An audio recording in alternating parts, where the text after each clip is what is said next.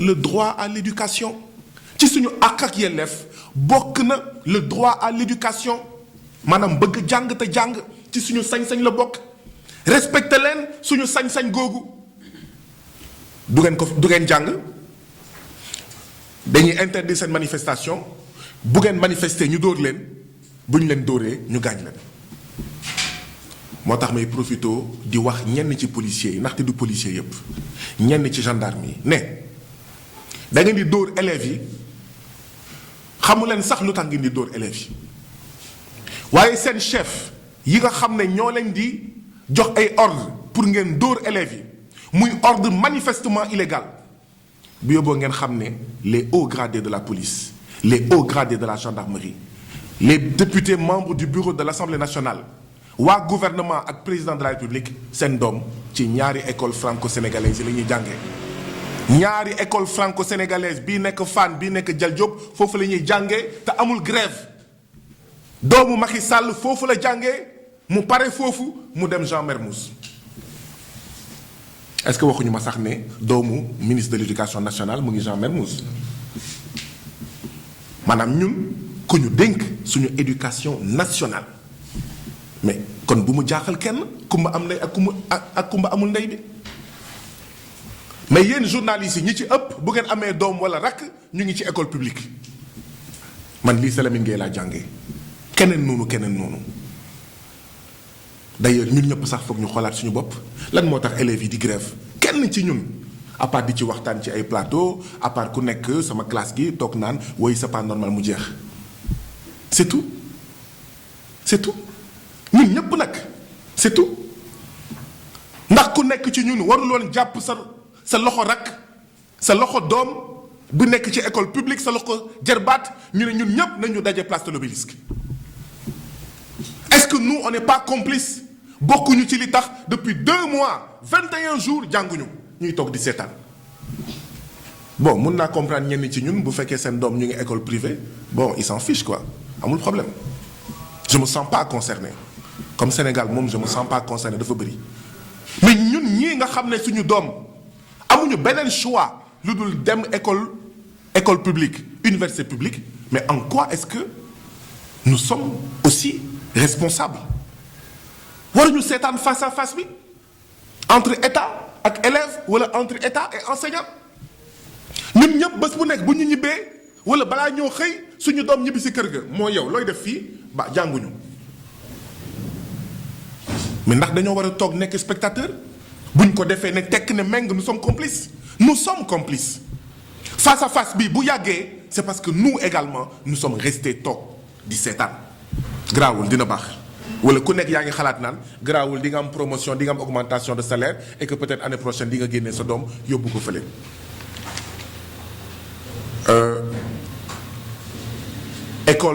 école kumba am ndey ak école kumba amul ndey bi moo war a jeex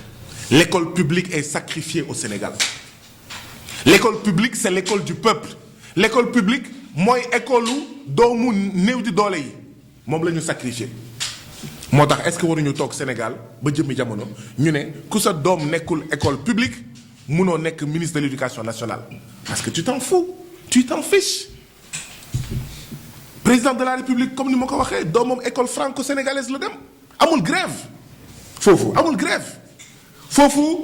doomu président doomu haut gradé police gendarmerie ñoo fay nekk moo tax saa bu grève amee ñii à un moment donné et nous on les soutient dans ça dama koy wax mu jëm kaw on les soutient dans ça bu méttee ñoom ñu ne xam ngeen lan la ñun xam nañ fuy métti mooy comme ñun ñoo nekk école publique ñoom seen doom ñu ngi bitim réew wala ñu ngi ci école yu dul grève nañu génnee école yépp y compris les écoles privées waaw man Guy Marius Sagna je soutiens ça parce que c'est de l'égoïsme nañu génnee tous les élèves école publique comme école privée ñu toog nag ñun ñépp ñu yem si bu boobaa nag ça sera sérieux gis ngeen bi ñu sonnee mënuñu dem faju ji bitim réew ci la ñu commencé ne xaw ma hôpital principal dañuy tabax benn hôpital bu bees bu mag a mag ndaxte xam nañ ne ak coronavirus demain bu amaatee xaw ma pandémie du ñu mun dem faji Maroc wala et cetera maanaam ñoom seen bànneex rek donc ñoom loolu la ñu def ne nañu génne école yépp ñu yem si parce que ñoom seen doom ñu ngi bitim réew bu ñu nekkee fii jàngee wuñu dans les mêmes écoles ay lycée Lamine Gueye ak yooyu ay Limodak ay école franco-arabe ay lycée Lamine Gueye ak Blaise Diagne ñu ngi ñaawlu la répression qui s'est abattue sur ñoom dóor gazé ay élèves di leen di dóor mais ni ku yore sa punching ball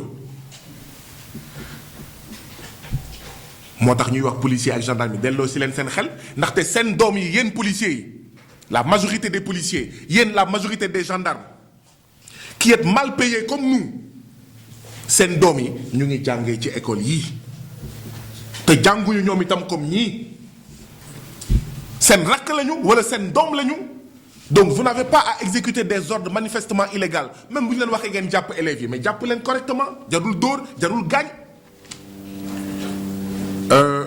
lii mooy kon li nga xam ne moom moo ñu fi indi 2 mois 21 jours sans cours du dëgg du yoon ay élèves yuy déposer lettre d'information pour manifester ñu tere lañ ko mais ils sont corrects ils sont républicains fii gis nañ fi ñoo xam ne duñu sax déposer lettre mais ñoom malgré leur âge dañoo déposer ñu interdire leen ñu ngi ñaawlu répression bi jaay doole bi ci kaw élèves yi nga xam ne ils n'ont commis aucun crime sinon de vouloir aller à l'école première année coronavirus jàng amul deuxième année coronavirus jàng amul troisième année muy ren jàng amul depuis 2 mois 21 jours c'est une génération sacrifiée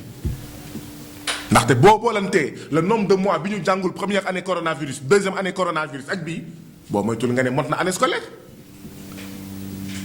mais toute une génération nga jël ci moom lu mot année scolaire lu mot 9 mois au moins jànguñu ko mais ça va laisser des séquelles c'est une génération sacrifiée et au-delà de ça mais ñii ñooy ëllëg Sénégal ñii ñooy ëllëgu Sénégal ñii ñooy avenir u Sénégal mais ñàkk jàng boobu ces 3 années là mais ñun dinañ ko yëg ci nii wala ci naa demain dinañ ko yëg ci enseignants yi nar a nekk ci école yi dinañ ko yëg ci journalistes yi nga xam ne ñoo nar a génn ci ñoom toog ci plateau yi dinañ ko yëg ci policiers gendarmes militaires inspecteurs des domaines xawma impôts et trésors yi nar a génn ci ñoom parce que 3 ans yoo xam ne jàngoo ko presque mais ci nii wala ci naa ñun Sénégalais yi dinañ ko fay moo tax on a intérêt daay bii ñu gaaw ko fay rawatina ñun ñii nga xam ne suñuy doom mënuñu jàng bitim réew jàngee wuñu bitim réew mënuñu sax jàng privé ñu ngi jàngee école publique fi may daanelee rek mooy ñoom itam dinañ ci dellu si état ak président Macky Sall moo war a nekk seen yaay suñu yaay ñun ñépp moo waree tëddee yaay amul taxawaay boobu ci élèves yi ñu déposer lettre d'information ñu interdire leen élèves yi nee nañ alxames dañuy def doxu ñaxtu jóge rond-point Ngor dem UNESCO comme nag dañ leen ko bu ñu déposé ñu interdire leen ko ay yoon ki yoon ba pare bu ñu ko defee ñu dóor leen ñun waa FRAPP on a introduit vendredi une lettre d'information au nom des élèves ñu signé ko suñu tur ñun waa FRAPP pour manifestation alxames bi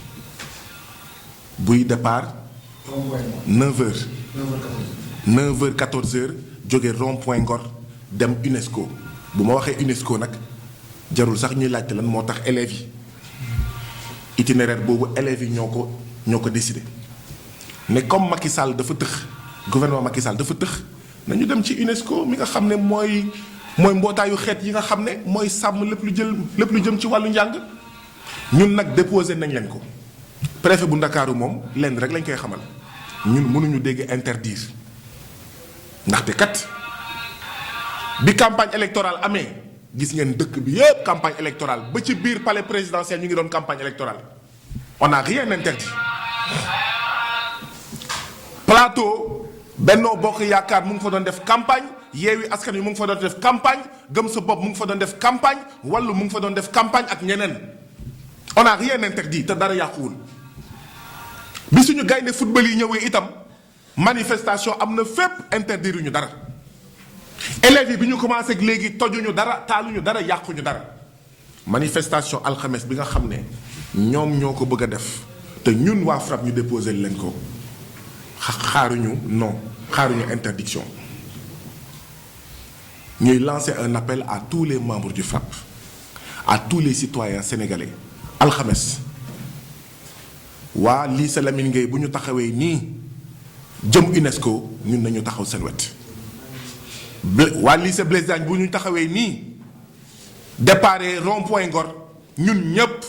nañu taxaw seen wet waa Limodak la même chose waa John Fitzgerald Kennedy la même chose élèves yi amul daw amul ragal reyu leen fennu leen sàcc leen et quand l'essentiel est en danger dire non s'opposer est un droit et même un devoir te bés boobu nag du ngeen wét comme état du Sénégal mënul assumer taxaw républicaine c'est une manifestation non violente c'est une manifestation pour exiger le retour de nos enfants le retour de nos sœurs et frères à l'école bi nga xam ne waruñu ci woon mës a génn donc nous vous informons donc que déposé nañ vendredi une lettre d'information sur la table du préfet d'accord et alxames parce que lettre d'information la du sax demande d'autorisation nous serons à côté de nos frères à côté de nos sœurs à côté de nos enfants pour dire il faut sauver l'école publique du Sénégal déjà 3 mois de grève c'est sûr que bac dinañ ko pousse muy beneen problème c'est sûr que BFM dinañ ko pousse muy beneen problème programme bi ndax dinañ ko jeexal muy beneen problème programme bi dañ koy gàttal dañ koy guddal muy beneen problème grandes vacances jot nga nekk di jàng mais man maa ngi def bac 95 ou 96 année bi may def bac c'était la même situation on a fait le bac au mois de septembre 95 96 laa def bac ñu ngi 95 96 2006 2016 bientôt 2026 30 ans après on se retrouve dans la même situation c'est ça l'émergence man maa ngi def bac mois de septembre parce que man année bi ma def bac c'était les mêmes problèmes tous les élèves du Sénégal génne école privée yépp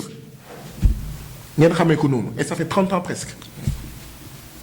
c'était la même chose aujourd'hui en 2022 on se retrouve dans la même situation vous pensez que le Sénégal a avancé ndax lan xaalisu Sénégal demul fi mu war a dem dañuy sàcc ak luubal xaalisu Sénégal au lieu ñu dugal ko ci école bi au lieu ñu dugal ko ci enseignants yi au lieu ñu dugal ko ci élèves yi